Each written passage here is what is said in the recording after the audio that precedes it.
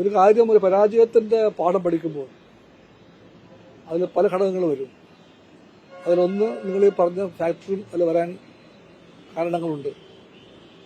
അതും പഠിക്കേണ്ട കാര്യമാണ്. പക്ഷെ ഒന്നുറപ്പാണ്, ഈ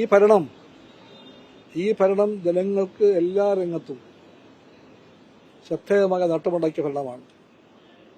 ലക്ഷങ്ങൾക്ക് പട്ടയം കൊടുത്ത, ഭൂമി കൊടുത്ത ഗവൺമെന്റ്, ലക്ഷങ്ങൾക്ക് വീട് കൊടുക്കാനുള്ള യാത്രയിൽ മുന്നോട്ട് പോയ ഗവൺമെന്റ്, വിദ്യാഭ്യാസ രംഗത്തും ആരോഗ്യ രംഗത്തും എല്ലാം വമ്പിച്ച മാറ്റമുണ്ടാക്കിയ ഗവൺമെന്റ്, കാർഷിക രംഗത്തും വ്യവസായ രംഗത്തുമെല്ലാം മുന്നേറ്റമുണ്ടാക്കിയ ഗവൺമെന്റ്.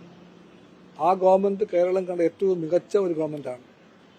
ഈ ഗവൺമെന്റിന്റെ നേട്ടങ്ങൾ ജനങ്ങളിലേക്ക് എത്തിക്കാൻ ഞങ്ങൾക്ക് LDF-ന് വേണ്ടത്ര ഫലപ്രദമായി കഴിഞ്ഞോ? ആ ശ്രമത്തിൽ എത്രമാത്രം ഞങ്ങൾ വിജയിച്ചു അല്ലെങ്കിൽ വിജയിച്ചില്ല, ഇതെല്ലാം പഠിച്ചേ തീരൂ. ആ പഠനമെല്ലാം ഉണ്ടാകും.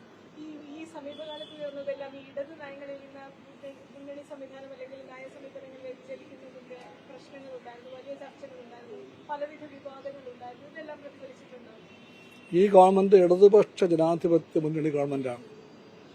ഈ ഗവൺമെന്റിന്റെ മൗലികമായ നയങ്ങൾ ഇടതുപക്ഷ ജനാധിപത്യ നയങ്ങൾ തന്നെയാണ്. ഭരണവിരുദ്ധ വികാരം ഉണ്ടായിരുന്നു എന്നതടക്കമുള്ള കാര്യങ്ങളാണോ മലപ്പുറം ജില്ലാ കമ്മിറ്റി തരുന്ന റിപ്പോർട്ടിൽ അത്തരം കാര്യങ്ങൾ കൂടി പരിശോധിക്കാൻ? ഇല്ല, അത് നമ്മളിപ്പോൾ ഞാനിങ്ങനെ പറയാൻ പറ്റുമോ? അവർ പഠിക്കട്ടെ. ഒരു മലപ്പുറം ജില്ലാ കൗൺസിലിന് ഒരു കാര്യം പഠിക്കാൻ ചുമതലപ്പെടുത്തി കഴിഞ്ഞാൽ ചാടി കയറി ഇങ്ങനെയൊക്കെ പറയാൻ ഞങ്ങൾ പറയാറില്ല. അതാണ് അവരുടെ അവകാശമാണ്. അവർ പറയട്ടെ. അതിൽ പല ഫാക്ടേഴ്സും വരും. സ്ഥാനാർത്ഥിക്ക് വ്യക്തി പ്രഭാവത്തിൽ വോട്ട് പിടിക്കാൻ കഴിയില്ലെന്നൊരു പ്രാഥമിക നിഗമനമുണ്ട്. എന്താ അങ്ങനെ കാണുന്നുണ്ടോ? സ്ഥാനാർത്ഥിയെ പറ്റി ഞാൻ പറഞ്ഞു കഴിഞ്ഞു. മികച്ച സ്ഥാനാർത്ഥിയായിരുന്നു. LDF-ന് നിലമ്പൂരിൽ മത്സരിപ്പിക്കാൻ പറ്റിയ ഏറ്റവും നല്ല സ്ഥാനാർത്ഥിയായിരുന്നു. പക്ഷേ ഞങ്ങൾ പരാജയപ്പെട്ടതുകൊണ്ട് മാത്രം ആ സ്ഥാനാർത്ഥി മോശക്കാരനാകുന്നില്ല.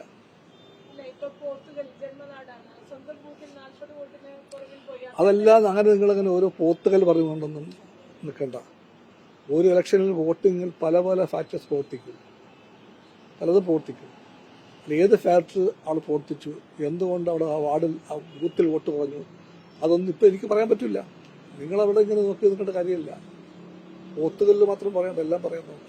ഈ ഓരോ പഞ്ചായത്തിലും ബൂത്തിലും മേഖല തിരിച്ച് CPM-ന്റെ നേതാക്കൾ ചാർജിൽ അവരെ പ്രവർത്തനം നടത്തുക. അപ്പൊ ഈ പുറത്തുനിന്ന് വന്ന് നേതാക്കൾ ഈ പ്രവർത്തനം നടത്തുന്നത് ഈ തദ്ദേശീയ വോട്ടുകൾ ആകർഷിക്കാൻ ഫലപ്രദമാണ്. അതിനെന്താ CPI-യുടെ വിലയിരുത്തൽ?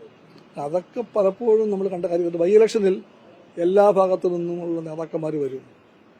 അവർ ക്യാമ്പയിനിൽ പങ്കെടുക്കും, അവർ കുടുംബയോഗത്തിൽ പങ്കെടുക്കും, അവർ വീട് തോറും കയറും, വോട്ടർമാരെ കാണും. ഇതെല്ലാം പുതിയ കാര്യമില്ല. കേരളത്തിൽ, രാഷ്ട്രീയ പ്രബുദ്ധമായ കേരളത്തിൽ ഉപതെരഞ്ഞെടുപ്പിൽ ഇതെല്ലാം എപ്പോഴും ഉണ്ടായിട്ടുണ്ട്. അത് അധികപ്പറ്റായി പോയോ, അതുകൊണ്ട് ലോക്കൽ നേതാക്കന്മാരുടെ പ്രാധാന്യം കുറഞ്ഞോ, ഇതൊക്കെ നമുക്ക് പഠിച്ചിട്ടേ പറയാൻ പറ്റുള്ളൂ.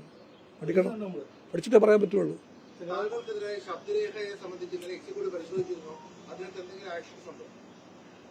അത് വലിയ കാര്യമല്ല. തീർച്ചയായിട്ടും കമ്മ്യൂണിസ്റ്റ് പാർട്ടി ഉചിതമായ സ്റ്റാൻഡ് എടുത്തിട്ടുണ്ട്. അത് പാർട്ടിക്കകത്ത് റിപ്പോർട്ട് ചെയ്യും. പാർട്ടിക്കകത്ത് റിപ്പോർട്ട് ചെയ്ത് പാർട്ടിക്കകത്തെന്ന് പറയാം. പാർട്ടിക്കകത്തല്ലല്ലോ ഇത്. പാർട്ടിക്കകത്ത് റിപ്പോർട്ട് ചെയ്യും. അതായിക്കോട്ടെ. അതിന്റെ എല്ലാ ഗൗരവത്തിലും പാർട്ടി അതിനെപ്പറ്റി ചർച്ച ചെയ്തിട്ട് ഒരു നടപടി ഉണ്ടായിട്ടുണ്ട്. അത് പാർട്ടിക്കകത്ത് റിപ്പോർട്ട് ചെയ്യും.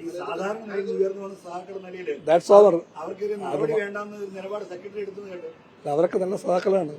നല്ലവർക്ക് പാളിച്ച പറ്റിയാൽ തിരുത്തണം, അത്രേ ഉള്ളൂ.